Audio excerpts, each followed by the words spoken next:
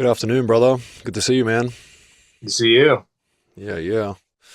Um, Excited, dude. It's like been putting together some episodes and stuff like that, and posting some episodes over the past couple days since our last episode, and just been reminded of so many cool conversations that I've been having with you and guests and stuff like that. And yeah, there's some epic podcast episodes coming up.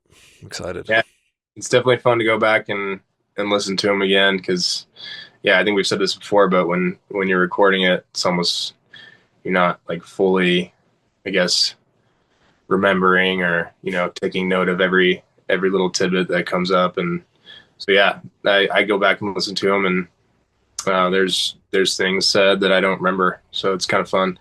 Yeah. I mean, when you get in the flow in these conversations, it's like more feelings than words. It's just like a beautiful flow of energy. And yeah, it's nice to go back. Um, Nice to also like just receive like what other people are receiving by listening to it as well, right? Like being a part of the actual conversation and then being a part of the listeners as well. Yeah, Doing yeah, both sides is pretty cool. It very quickly becomes not my voice and just a voice, if that makes sense. Like I'm just listening and it's like two people talking. And I know it sounds like me and it sounds like you, but I don't know, it just very quickly becomes like just hearing to like listening to the words that we're saying. It's cool. yeah, yeah, yeah. So excited to continue the 40 rules of love. I believe we got up to, well, I know we got up to number 12. And Mhm. so today we can start on number 13. And for anyone that's tuning in that hasn't listened to part one, I highly suggest listening to part one. Have a better idea of what we're doing. But if you want to keep listening, do your thing, dude. It's going to be epic regardless. So yeah, let's do rule 13. Try not to resist the changes which come your way. Instead, let life live through you. And do not worry that your life is turning upside down. How do you know that the side you are used to is better than the one to come? Very cool. What comes up for you, dude? I like that one a lot. I mean, I think for a lot of people, I think the unknown and change is very scary. I know it's true. That's definitely been true for me in my life. There's a saying that growth comes through change, and I firmly believe that. And it goes back to something I've said many times on this podcast, but I choose to believe that I'm always where I'm supposed to be, and so just accepting that change, or that the crossroads, and I think has been very liberating, for me in my life. It's been a much more enjoyable way to go about things, when something unforeseen happens, just to choose to feel into it and accept and know that I'm on the right path. Um, yeah, that's what comes up. Yeah. Yeah, I feel into that too. Something else that comes up to me is like another way to say that is like we can get like really comfortable, you know? Mhm. And then things like start to like we have a different experience or a different emotion. We experience something different in that moment, and because it's not the comfortable, because it's not the known, because it's not the usual or the consistent, we can be like, oh, like no, like that's not good. Like that doesn't feel as safe and as comfortable as everything else. But like you said, I mean, I've experienced the same as you. Like, that's where the growth has come. That's where the deepening has come. The realizations have come.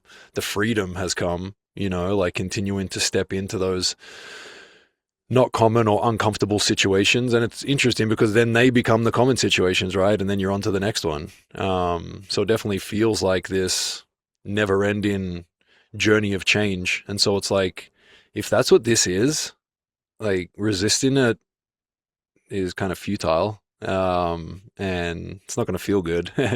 And so yeah, it's nice to bring that into our awareness. That really helps me out, dude. Like when I'm going through something, or I'm feeling frustrated or whatever it is, like the reminder that like you know ultimately all is well, and this is a part of it, and this is just a beautiful a part of it, a part of it, as when I feel safe and comfortable. It's just a nice thing. Even if it doesn't like change my state or the way I'm feeling, it's really just a nice like knowing to have.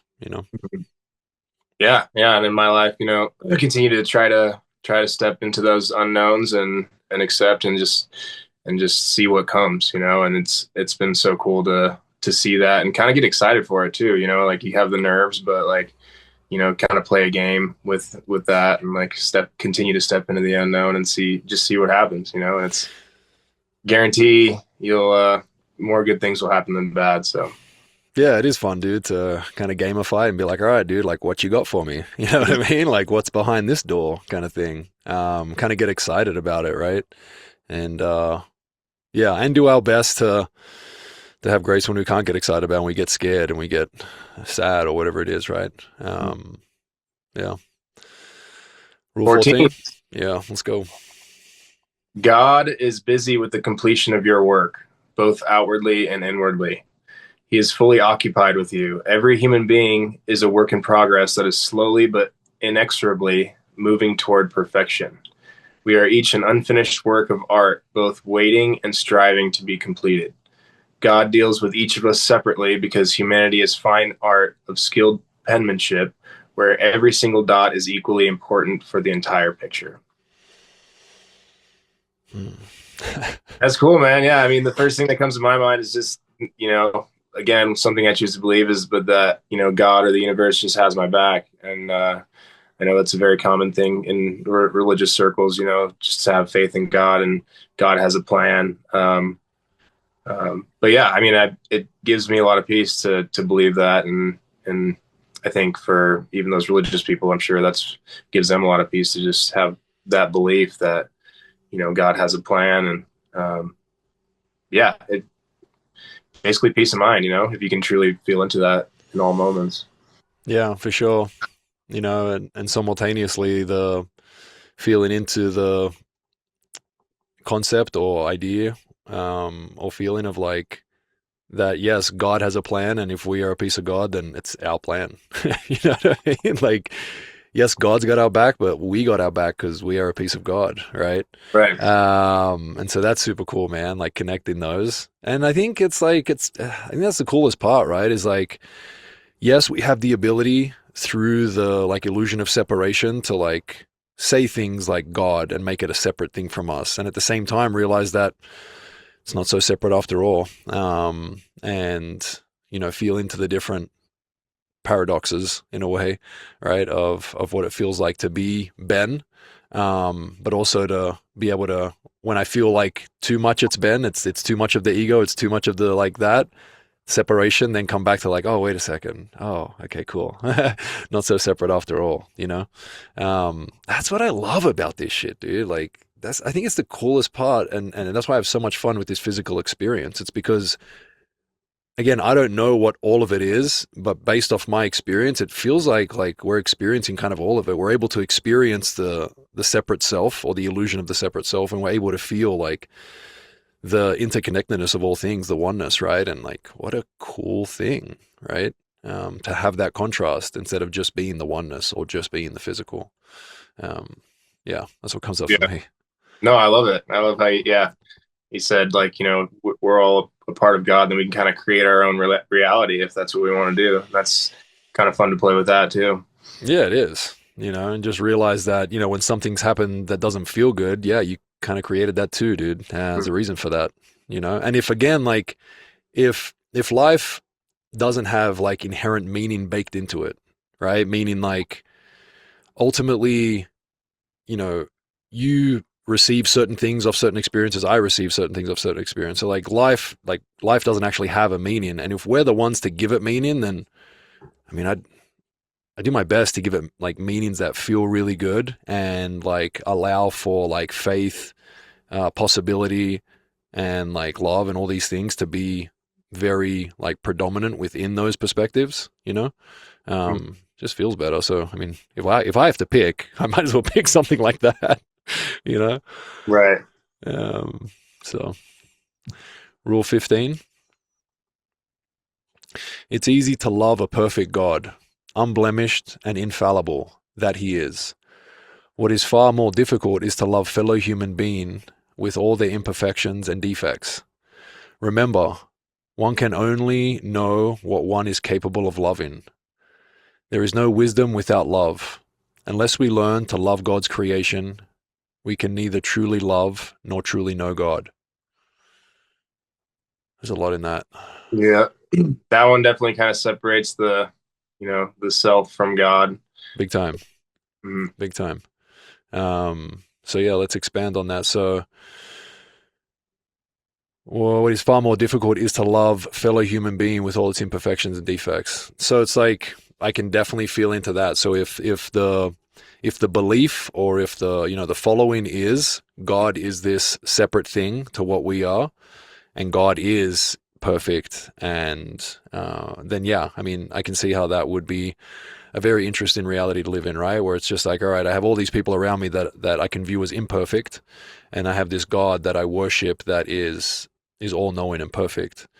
At the same time, what as soon as I express that outwardly, what comes through for me is just like, if we are God's creation, then like not being perfect also doesn't make sense, right? We are perfect, right? And so we are made in the image of God, or we are made from God, then God would make us perfect. And so that I also feel into that, right? And so pretty much exactly what he's saying. So what comes up for me now is like, so whether it's the belief in a separate God compared to we're all God, the same thing kind of comes through if you're able to feel into the fact that he is perfect, we are perfect, all is perfect. And although like our direct experience and like based off our ego and our judgments, we make certain moments not perfect and certain Mhm. people, including ourselves, not perfect. Again, it's a really beautiful truth to come back to when you are faced with that belief that things aren't perfect, and you find yourself judging. Yeah, absolutely. 16. Yeah. Real faith is the one inside. The rest simply washes off. There's only one type of dirt that cannot be cleansed with pure water, and that is the stain of hatred and bigotry contaminating the soul. You can purify your body through abstinence and fasting, but only love will purify your heart.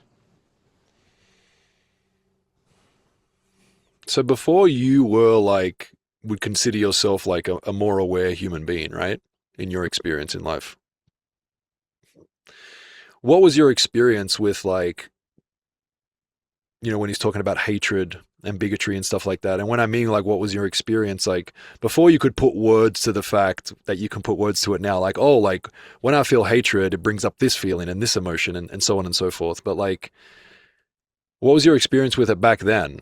And my question comes from what comes up within me, which is just like this feeling of when I would do those things, when I would hate on something, or when I would hate on someone, or when I would judge someone and call them names or whatever it is, it never felt good, dude. Like there was this like egoic surface level kind of like energy that I would get from it, right? Like trying to make myself feel good based off like blaming someone else or hating on someone else. So like there was that, and I think that was the illusion that it was good and it felt like serving in some way. But ultimately, that was just like a certain type of energy that I'm able to express now. But back then, I had no idea. All I remember was just like in the moment, very energized. And then afterwards, once like that energy like settled, and what I know now to be like once my nervous system balanced out, then it was just like, oh, that wasn't good. Like, Yeah, just like yeah. really, ugh, yucky Mhm. feelings, dude. Yeah, for me, it was kind of, I wouldn't say I really had a lot of feelings of hatred, like, when I was a little bit less aware. I would say that I probably, had a lot of judgment. Mm-hmm. And that in turn just created more, social anxiety for me, because if I'm having all these judgments about all these people, then in turn my brain is thinking that all these people are doing the same thing to me, right? Um, and so yeah, and it never felt good. And I can remember what comes up for me also is when you're with the boys, right? And then there might be someone who's dressed funky or whatever the case may be, just like a kind of an odd person, and you just kind of like crack a couple jokes about them or whatever.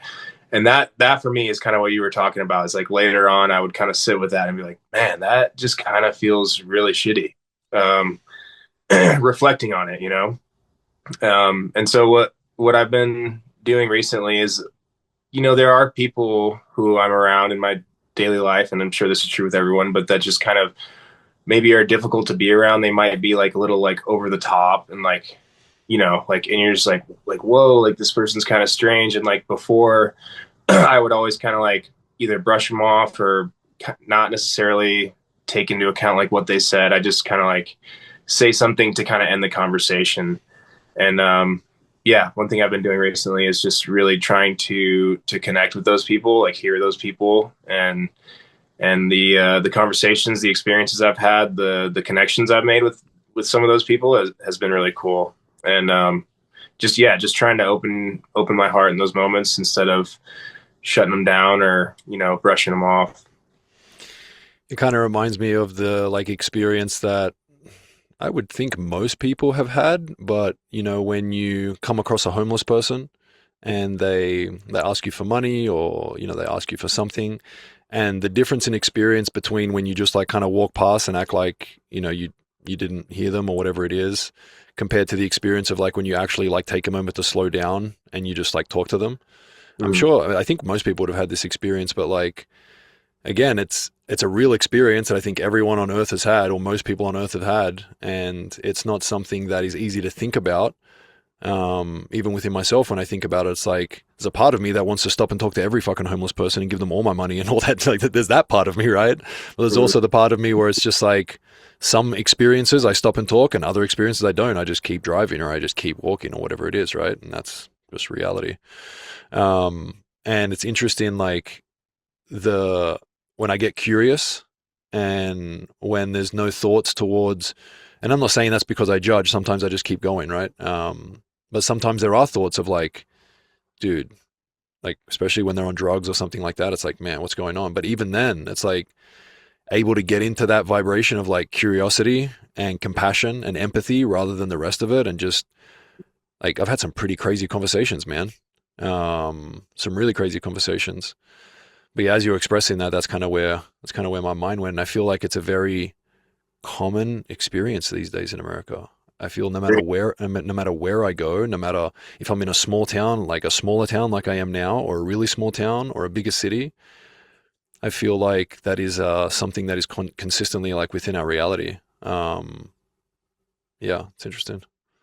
yeah, it is interesting. It's like I'd love to be able to do something about it. I have no idea what to do about it. I kind of approach it like I do the rest of my life, where it's like, all right, let me shine my light when I can. When my cup's overflowing, let me, give you some money, or have a conversation with you, or give you some food, or whatever it is. But it's just like, man, like so often I'm faced with that experience, and all I'm thinking is like, you are me and I am you, and this is what I'm doing right now. Like, I'm on the street, like, what's going on, dude? Like, what happened? Like, Yeah, I'd love to help you. Like, it's so interesting. I'd love yeah, to. we don't have a solution for that one. No, we don't have a solution for it, but I think that's the thing, right? And I think it's interesting because not many people actually talk about it, but it's right there every single day.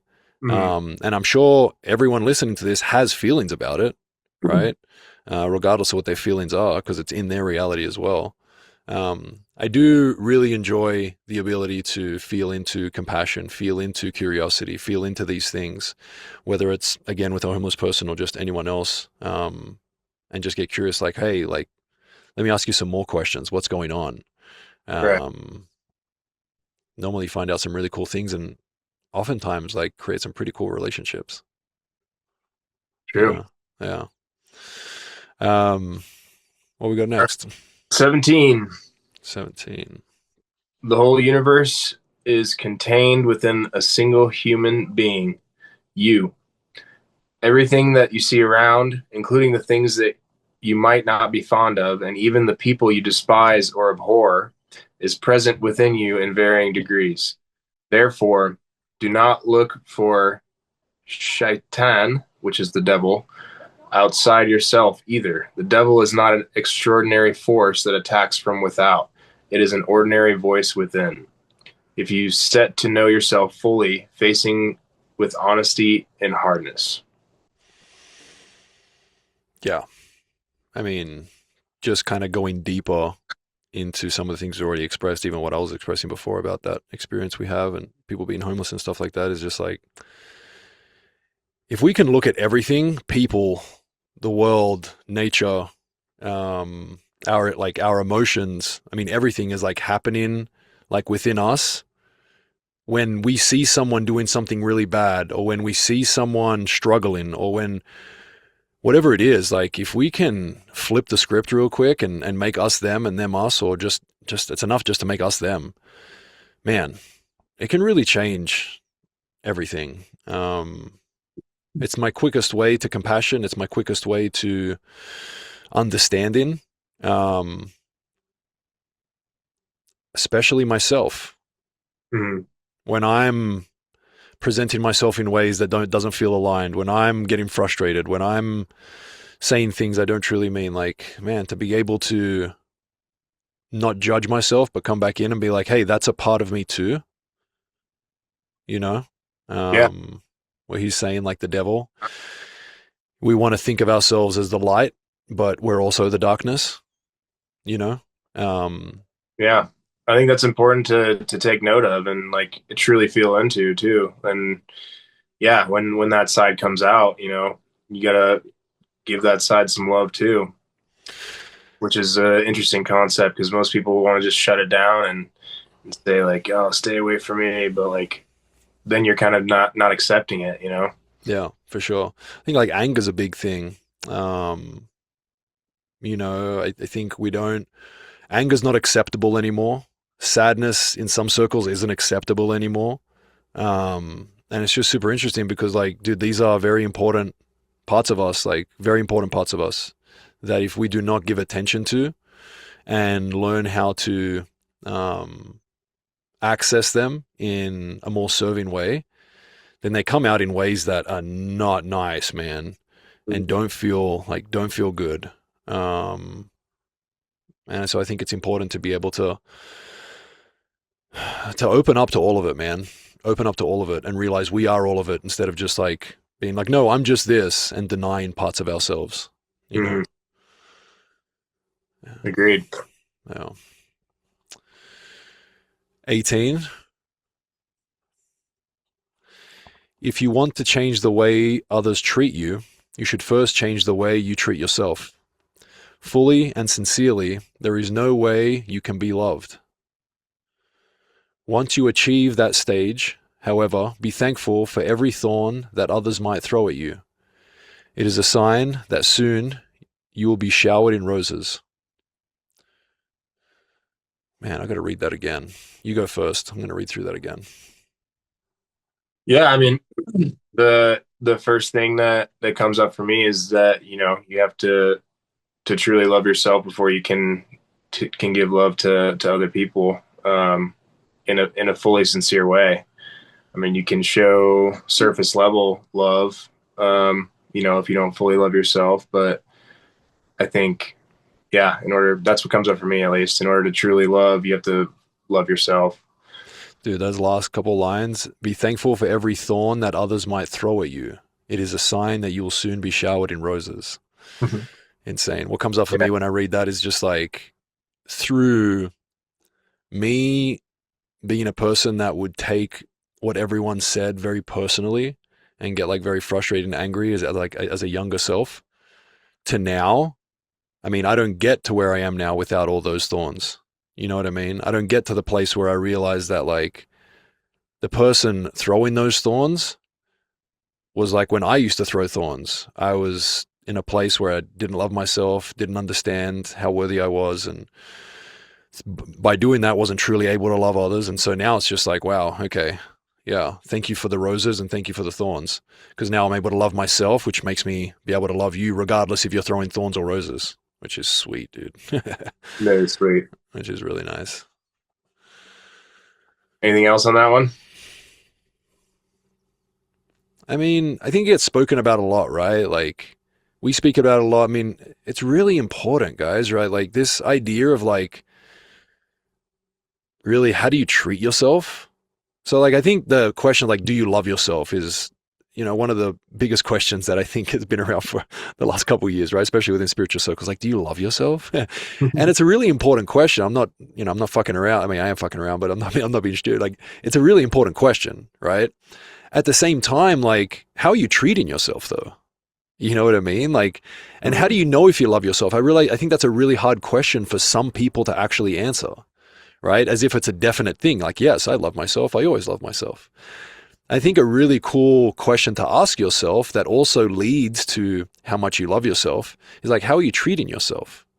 How are you treating yourself in this moment? And then how are you treating yourself in this moment?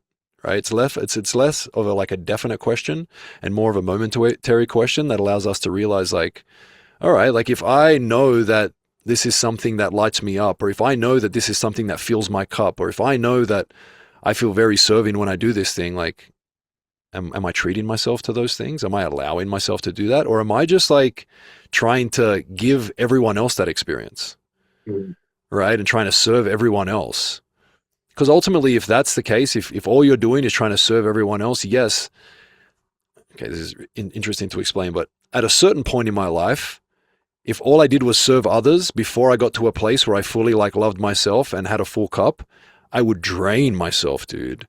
Mhm. Like I would have no energy left. And then when I would drain myself, then I would get frustrated, angry, so on and so forth. And then I Yeah. would treat others in the way that I didn't want to treat them. Different compared to being aware of your energy and being aware of like how full your cup is.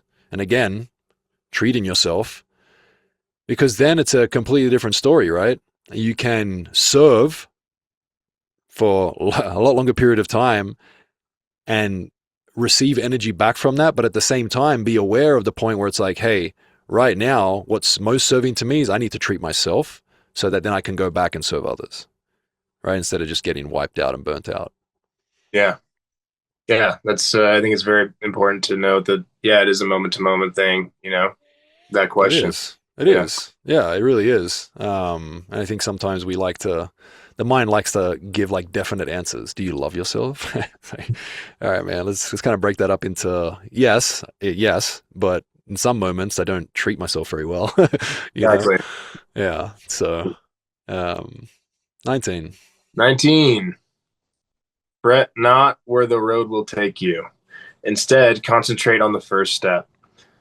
That is the hardest part, and that is what you are responsible for.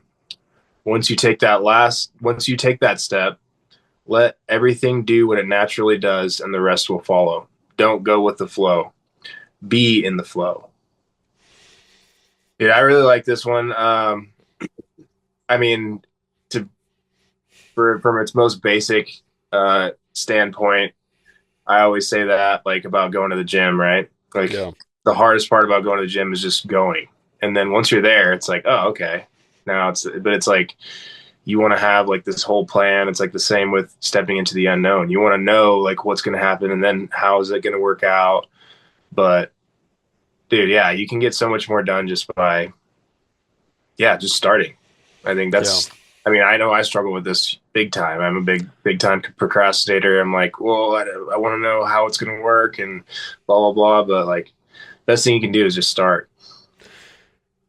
Dude, like something that changed my life was like when I became aware of the fact that my mind would sabotage me, I just pretty much, I don't know what you would call it, but I do this a lot and I'm really good at doing it. Where it's just like I don't give myself a choice, Mhm. right? I'm really good at like being able to like tell myself that. It's like, all right, well, with this thing, you no longer have a choice. Like your mind, like too bad mind, you no longer have a choice. When this thing happens, A equals B, regardless, kind of thing, right? And so I started doing that with myself, and I was like, all right, as soon as I went through a whole period of my life, I was like, as soon as I had like a really good intuitive feeling about something, I did not entertain thoughts about it. I just did it.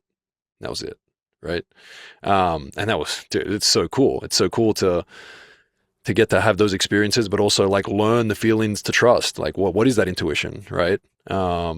And the amount of experiences and epicness that came from that is so cool. And the mind, what's the mind trying to do? The mind's trying to keep you safe. But dude, let's be honest, bro. Like 99.999% of the decisions that we're making, we're gonna live through, right? So like, we're gonna be alive, bro. And so if that's the case, then man, you should be able to step into most spaces.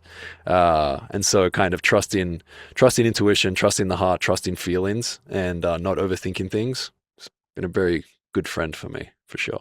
Yeah, man. What comes to mind when you're talking is your story about the Cuban sandwich in Miami that you told me. insane, Biggs. Yeah, I love Yeah, it. that was part of that. That was part of that time. That was part of that time. Um, I yeah. don't know if we have time for it. It's I mean, dude, we have all the time in the world. It's our podcast. We can do whatever the fuck we want. You know true, what I mean? true, true. I don't know if you, I didn't know All if you right. feeling Cuban, into Cuban, sharing it. yeah, I got you, bro. I mean, now you kind of have to, right? Yeah, Cuban sandwich story. So like I said, like there was a big period of my life where I was leaning very heavily into like the concept of abundance, the concept of law of attraction, the concept of heartful intention, and just going all in, right? To the point where some friends and I were going to Miami. I had an intuitive feeling to get there 2 days before anyone arrived. No reason as to why, just had a feeling. Did it. So I get to Miami 2 days before anyone arrives. I have no accommodation planned. I have just a backpack. I have no plans whatsoever. I have no idea why I'm there beyond the feeling of being there 2 days early. So I get to the airport, then I look up to see how I'm going to get to South Beach, and there's a free bus. I'm like, nice, let's score. Score. Didn't know that existed. Now I do. That's great. And so I get on the free bus and I go to South Beach. And the reason I wanted to go to South Beach was because when I got off the plane, again, I had a nice intuitive feeling. I was just like, I've never had a Cuban sandwich. I'm in Miami. I'd love to try a Cuban sandwich. So I find this place in South Beach. I get on the bus and I go. I'm like, still like 40 minutes. No, I'm still like 25 minutes because it was a 40-minute trip. I'm still 25 minutes from the Cuban sandwich. And I get off the bus. Again, intuitive feeling, Ben, get off the bus now. Okay, great. Get off the bus now, dude. So I look it up and it's a long walk, bro. It's a long walk, 25-minute drive, right? So it's a long walk. It's like I'm pretty much at North Island and I have to walk all the way down to South Beach. And so I get off and I start walking. I walk probably like 5 or 6 blocks and then I hear, Ben, Ben. Turn around and there's this woman, right? Beautiful woman that I met, dude, probably like 2 years ago at an epic gathering that my friends had. And again, we became very close. All of us did over that gathering because there was only like 20 of us in a house for like 3 or 4 days together. And it was a beautiful, beautiful experience. And so the thing was, none of us had heard from her. And so it was really weird. Like in a year and a half, we hadn't heard from her. We didn't know where she was. We were hoping she was okay, right? We didn't know what happened. Anyway, so she runs up to me behind me. She's like, hey, me and my sister just saw you were drinking out the front of a restaurant. What are you doing? And I kind of told her, I was like, well, I'm kind of here early. And I kind of told her the story I just told you, right? And she's like, all right, well, do you want to come like drink with us? I was like, yeah, I'll come sit down and hang out. I was like, but my goal is to sleep on the beach tonight because I had a feeling I really want to sleep on the beach tonight too. I was like, but I'd love to come hang out with you guys. And so I went and hung out with them. Anyway, I had a really, again, strong feeling of like, I really want to sleep on the beach tonight. I don't know why, but I really want to sleep on the beach. You're not supposed to sleep on the beach. They patrol the beach. But so I went and got my Cuban sandwich, went and slept on the beach, woke up the next morning. She messages me again. She says, hey, we're on the beach. Come hang out. And so anyway, dude, I end up connecting with this chick again. All of my friends are so happy because now they know this chick is okay. I found out what happened to her. I mean, had a beautiful connection with her and her sister. She's with her sister. They invite me to stay in their room. So I stayed in their room. They gave me a whole bed. They slept in another bed together. And we just hung out, dude, for like a day and a half straight. And her and her sister were going through some stuff. And so again, the space we created was just so serving for both of us.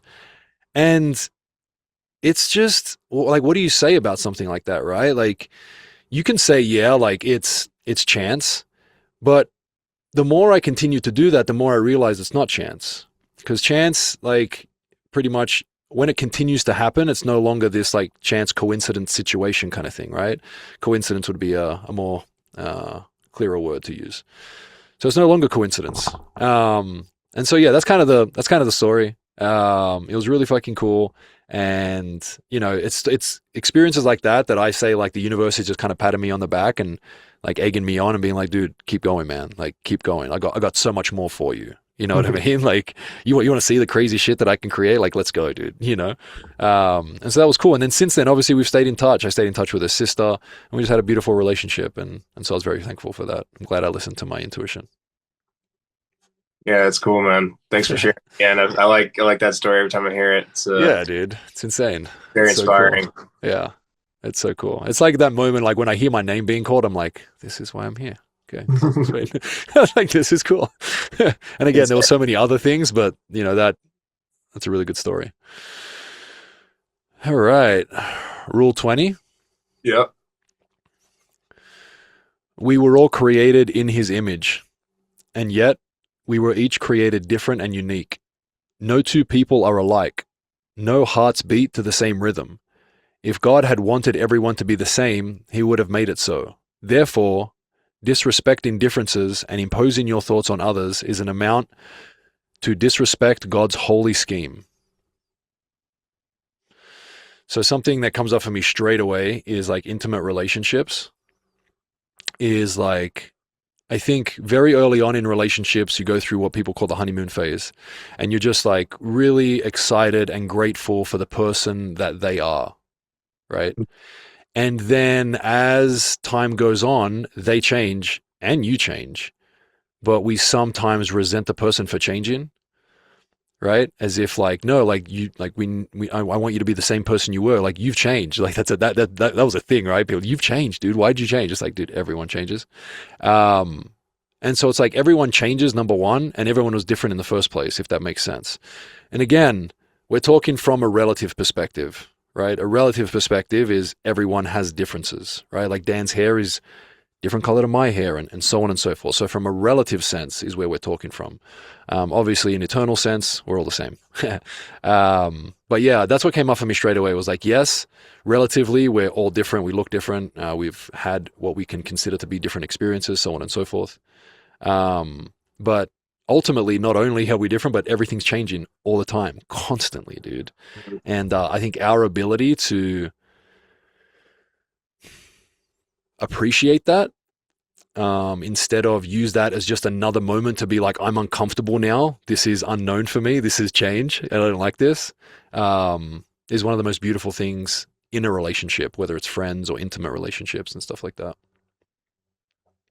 Yeah, I don't have a whole lot to add, honestly. I mean, the first thing that came to me was just, obviously like the whole racism, the divides that we put on each other as a human race, and the divides that we put ourselves, I should say. And yeah, I mean, whatever it is, religion, race, sexual orientation, just the the hatred that I think there's just no place for it. I mean, obviously it exists, so Yeah, there there's is that. obviously a place for it. I don't really enjoy that place. Yeah. But people have definitely created a place for it. But yeah, I don't like it. It's so interesting, bro. Like, I don't know. I love the ideas that come to my mind. So like I remember like when I first thought of this, it's like a giraffe going up to another giraffe with like different spots and being like, dude, you are not giraffe enough.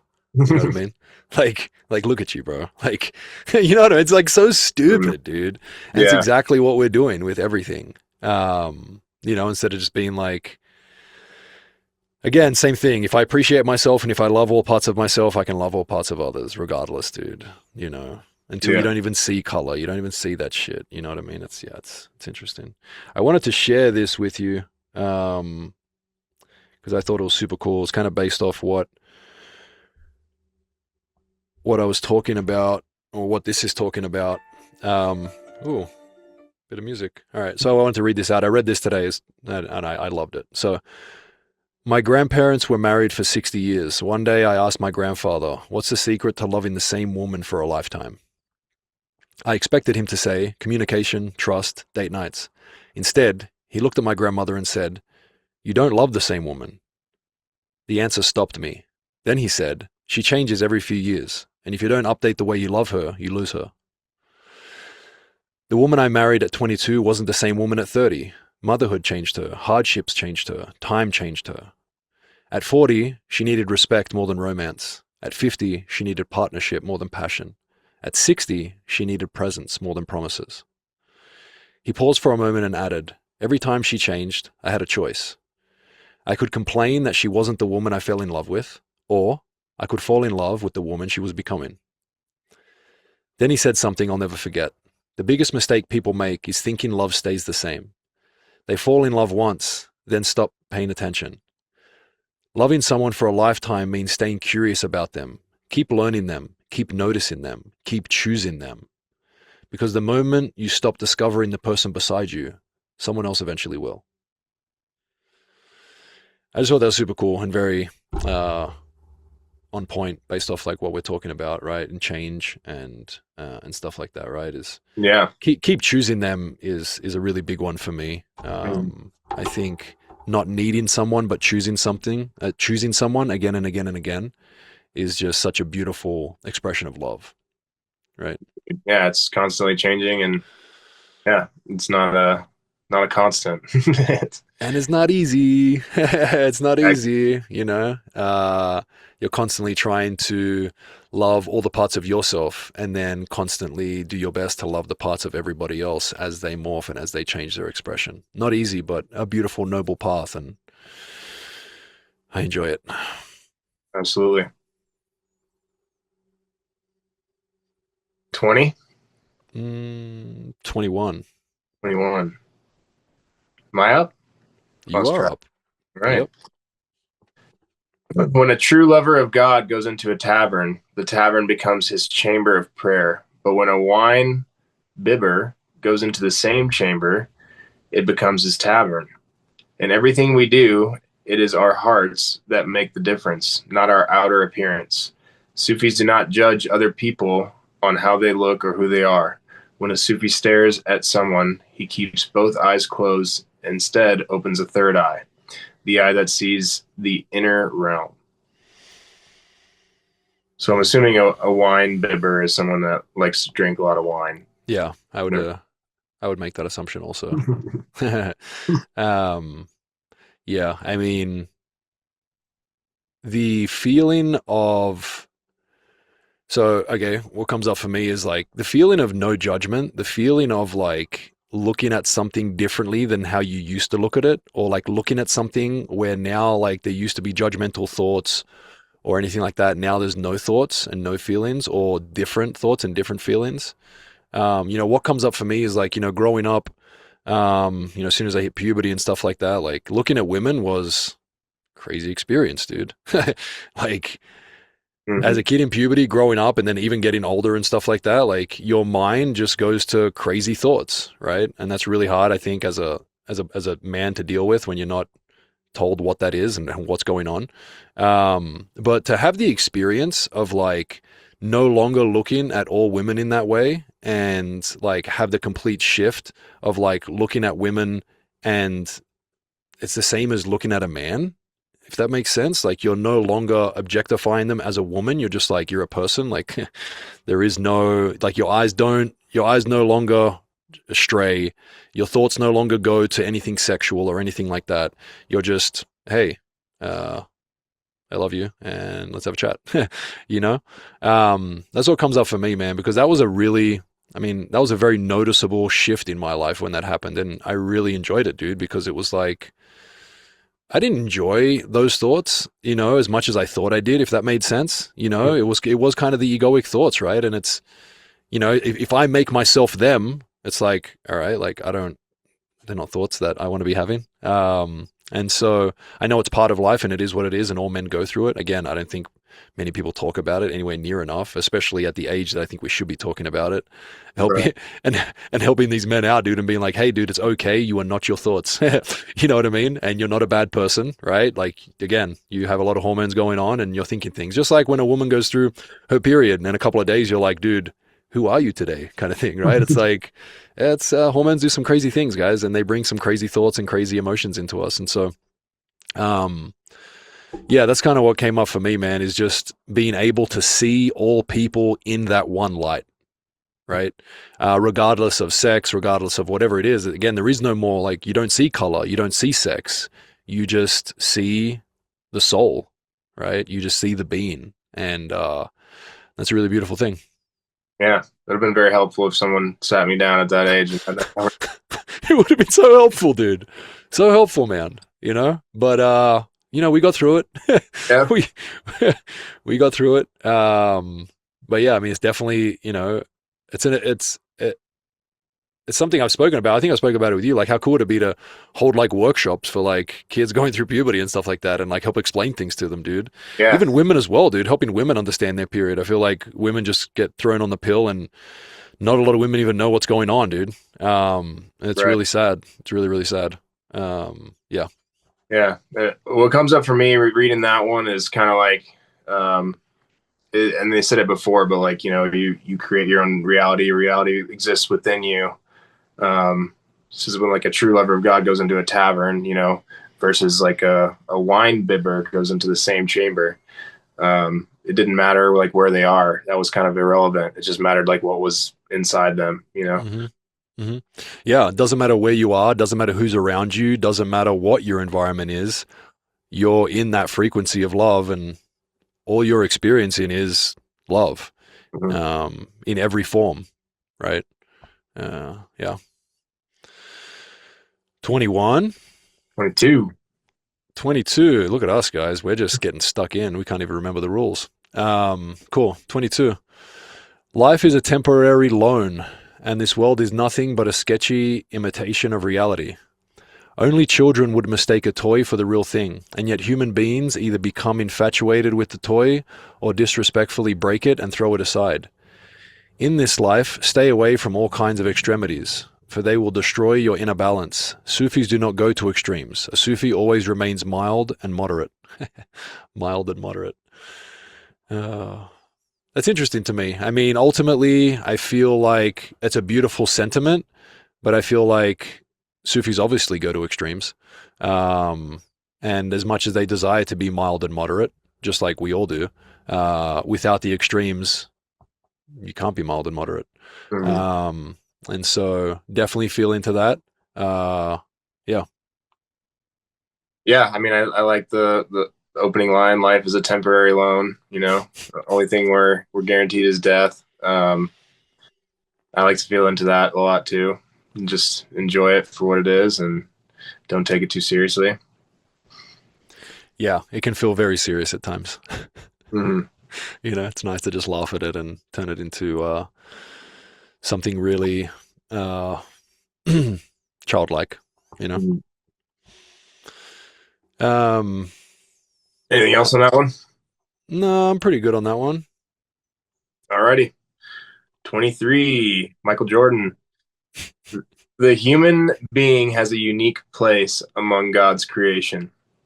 I breathed into him of my spirit, God says. Each and every one of us, without exception, is designed to be God's delegate on earth. Ask yourself, just how often do you behave like a delegate, if you ever do so? Remember, it falls upon each of us to discover the divine spirit inside and live by it.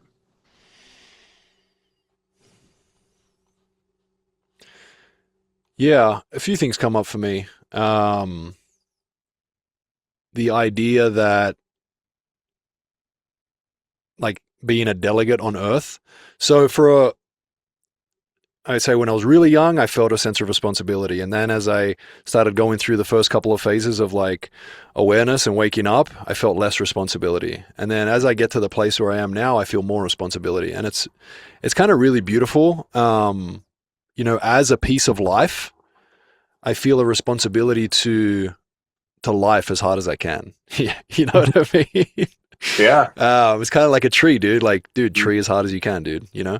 And so I'm lifing right now, and I want to life as hard as I can. And so, like, I remember the moment I felt that way, I was just like, wow, like, it feels really good to actually feel into this perspective of responsibility, feel into this reality of responsibility, and hold myself to this standard and treat myself in this way, right? It changed a lot for me. Yeah. I mean, I agree. I think we've talked about this before, but the concept of raising children kind of comes up too, in terms of like being a delegate and being, sharing, some of the experiences we've had, some of the positives, some of the things we've learned. Um, and yeah, it is kind of, it does sometimes feel like a responsibility, but at the same time, if you can just live your life by, the principles and, and just and lead with your heart and lead with love, and everything else should kind of fall into place. You don't necessarily have to try hard to be a delegate, I wouldn't say. Yeah. And it's really cool to think about kids as delegates from the moment that they're like in there. You Oh know what I yeah. mean? Hmm. And realizing that regardless of like what our perspective is, how small they are and all these other things, it's like they're a delegate from the get-go, dude. And so treat them Yes, as such and learn from them as such. 100%. Yeah. 24. Hmm. Hell is in the here and now. So is heaven. Quit worrying about hell or dreaming about heaven, as they are both present inside this very moment.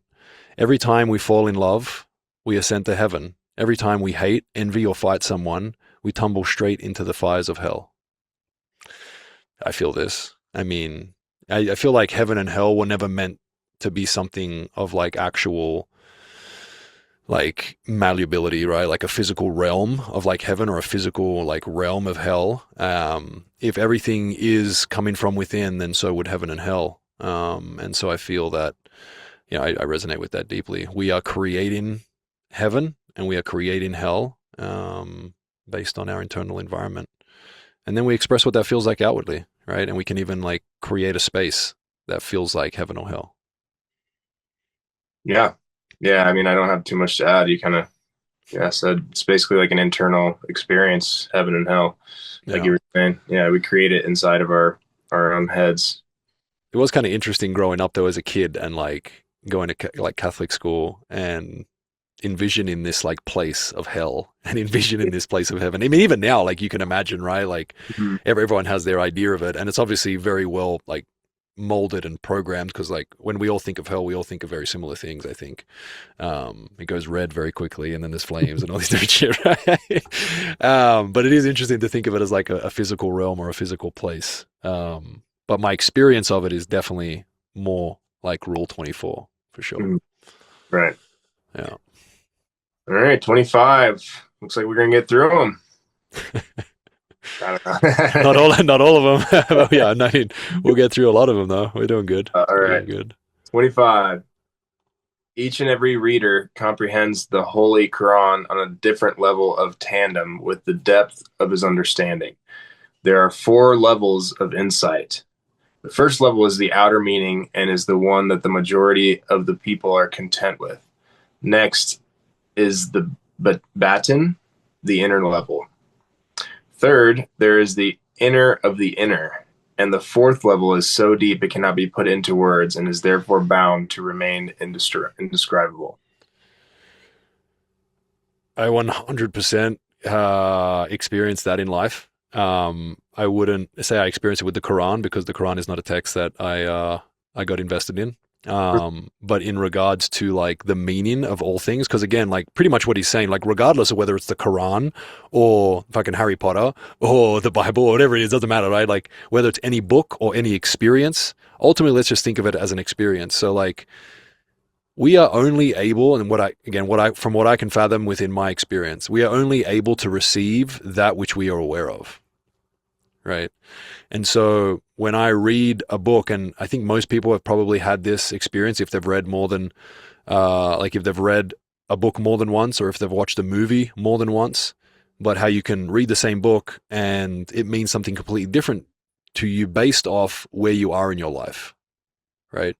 And ultimately, that's what he's saying. He's just saying like where you are within your heart, where you are as a loving being, is to the extent that you'll be able to receive information. It's that simple. That's what I take from it. Yeah, I mean, I kind of it threw me off with like trying to explain four levels of insight. Yeah, I think for me, yeah, I've never really thought about it, honestly. I mean, I definitely know like surface level would be like one that how I describe it, surface level. And then yeah, like another like a deeper level would be like feeling into it. Um, but yeah, three and four, I'm like, okay. I mean, sure. I don't know. I mean, yeah. Ultimately, it is up to the person, right? Like Right. you can maybe explain yours in two. He can maybe explain his in four. I can maybe explain mine in three, or whatever it is, right? But it's his experience in life is he has had four.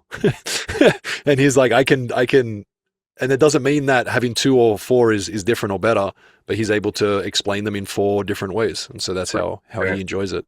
Um, but let's just say we were to go through that. So let's just say, okay, like talk about like life and awareness with life. Let's just have some fun with this.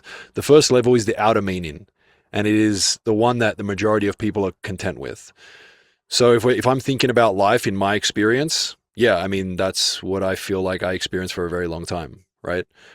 Surface level meaning, which equaled surface level conversations, right? Talking about the weather and crazy shit. You know what I mean? Again, not that you can't ever talk about weather, but you know what I mean, right? Right.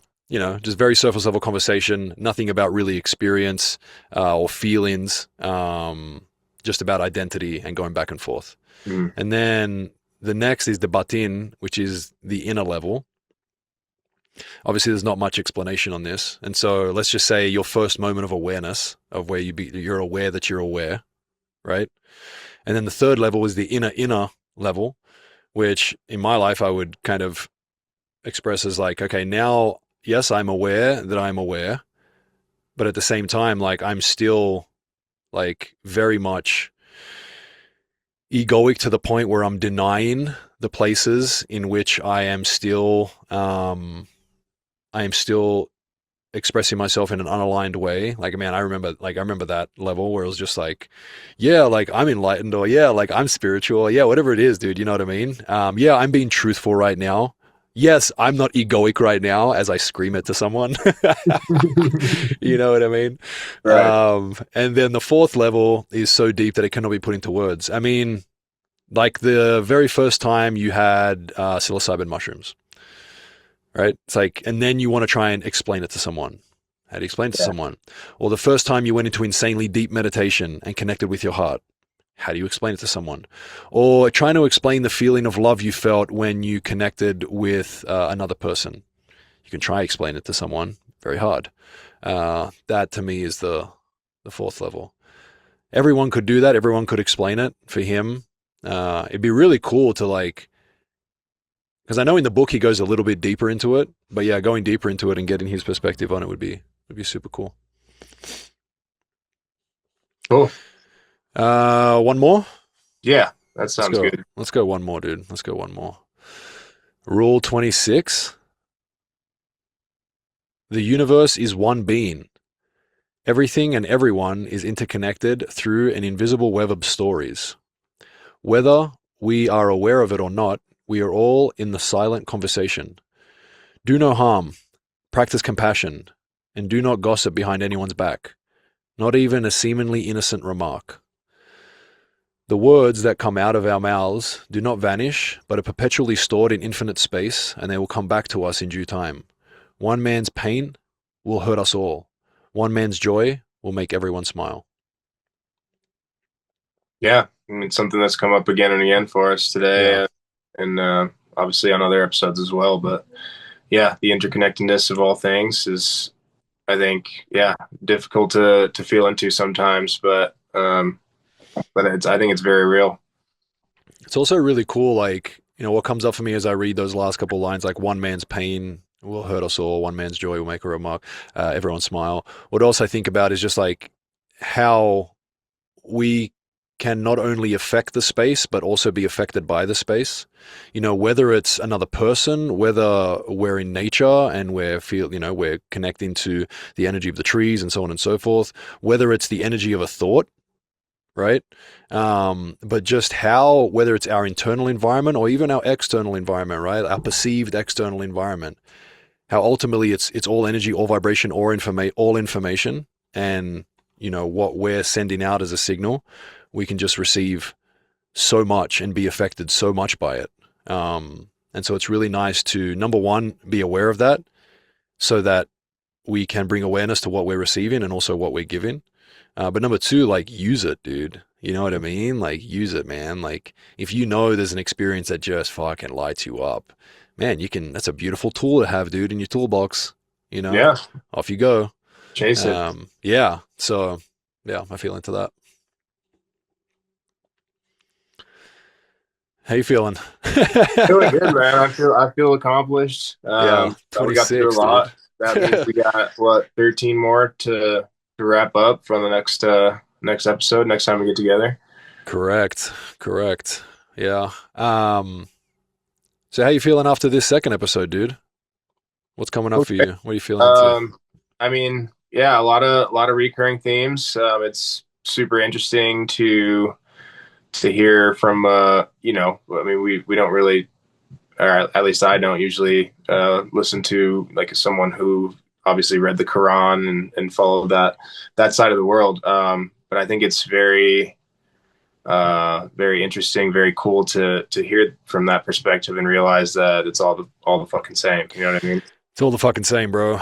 It's all the It, same, and no matter how you put it, it's challenging. It can be challenging if you're unable to receive like the paradox of all things, the illusion of all things, the interconnectedness with the separation, like all of it together. Because when you're reading text like this, sometimes it can seem like it's going here, then it's going there, but he said we're all connected, and then he's talking about God, and we're so like, it's like, no, dude, it's all the same, and it's the best we can do to explain it. And then you have the fourth level, which you can't explain at all, dude. We can try, and it sounds really weird when we try to explain it, dude, and that's what we're doing. We're trying to explain it, and it's not easy to explain. So, yeah, I just wanted to share that. That came up. So, all right, dude. Well, thanks again. A lot of fun. Excited to get into part three. It's kind of cool doing this 3 part series. Never done anything like yeah, this before, but it's exciting. I found myself today excited to come back and see what Shams had in store for us. So, well, yeah. love you, brother. As always, it's been a pleasure. Yeah, dude. As always. Talk soon. All right.